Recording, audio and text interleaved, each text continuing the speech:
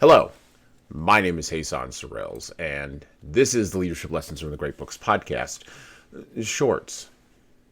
There's no co-host on these Shorts episodes. These are now around 6 to 8 minute long observations, ideas, thoughts, or rants about the literature, philosophy, psychology, and yes, even the theology of leadership. Because listening to me talk or rant about leadership for now around 6 to 8 minutes is still better than reading and trying to understand yet another business book.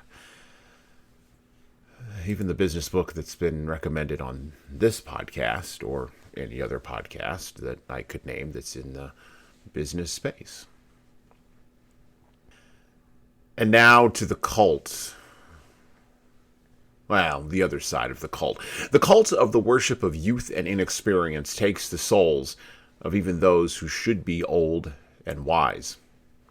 The oligarch media owners who speak out of turn about contemporary work practices.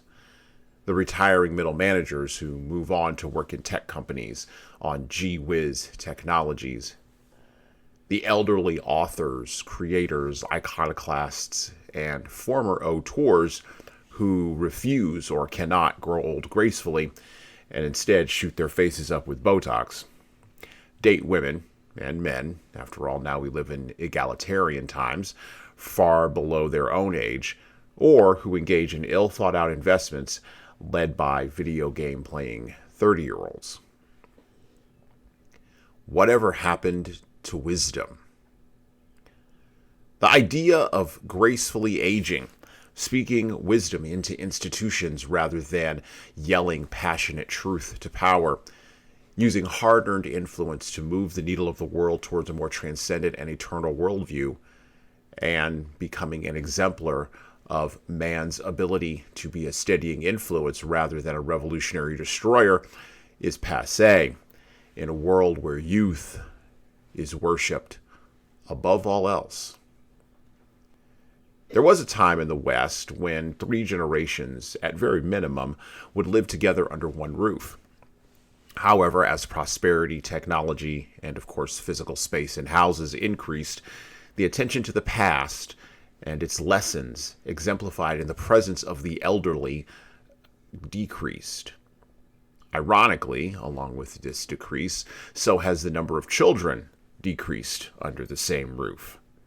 And now, in the West, the whispers of calls for euthanasia of the elderly at mass have started.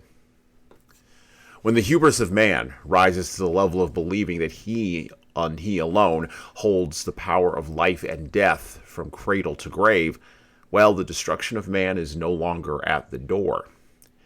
Nemesis is now taking up residence in the house of man and is preparing to kick over all the furniture. But enough of the philosophical. What about the practical considerations for leaders in a day and age where the rebellion against the wisdom of age and experience is almost complete? I've been making this practical suggestion to training clients for the last few years, and it bears repeating right now. Before your experienced people retire and take with them the knowledge and wisdom locked in their heads, have them document, have them write down, have them record all the tips, tricks, hacks, and of course the whys that their younger and cheaper replacements can't find out about on Google and can't cobble together from the hack of using large language models. Wisdom you can't get from Google is what lies in their heads and in their hearts. It's wisdom that you never really could get from technology. Leaders, become impatient with the cult of youth in your organizations and cultures, and instead work on building diligently a tower to wisdom, well executed and committing to rebuilding the eroding beachhead of age and lived experience, and the eroding beachhead of the value of age and lived experience in your organization and in your culture. And well, that's it for me.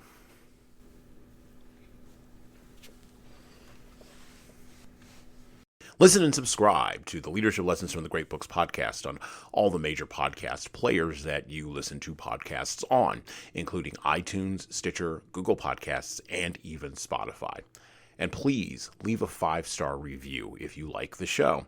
We need those reviews to grow, and it's the easiest way to make sure that this show gets into the ears of the leaders who need to hear it. And of course, tell all your friends. If you want to get started on the leadership path, HSCT Publishing's products and services can help your team do that. Check out our training webinars, coaching services, and more at leadershiptoolbox.us. We also have a video-based subscription service, that's software as a service, that can help your team become better at the individual level. 60 modules and over 100 hours of video and written content for you at LeadingKeys.com. That's LeadingKeys.com. We've also got books that will help you and your team grow. Pick up a copy today of My Boss Doesn't Care, 100 essays on disrupting your workplace by disrupting your boss, and subscribe to the Little Red podcast I launched earlier this year with the same name as that Little Red book. My most recent book is 12 Rules for Leaders, the Foundation of Intentional Leadership. Co-written with contributions from Bradley Madigan, this is the book for right now that was written for leaders right now.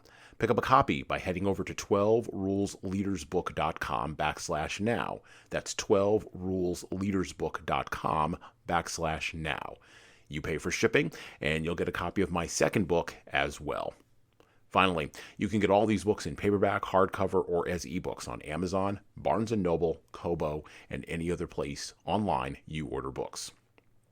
Finally, HSCT Publishing is on YouTube. Like and subscribe to the video version of the Leadership Lessons for the Great Books podcast on the HSCT Publishing channel on YouTube. Just search for HSCT Publishing and hit the subscribe button. You'll get our weekly video updates, which is the video version of this podcast. And, of course, you're going to want to subscribe to my other podcast. That's right, I do more than one. The Hasan Sorrells Presents audio experience, where I talk more casually with a broader range of people about all matters that matter in the world today, from arts all the way to analytics. All right, that's it for me.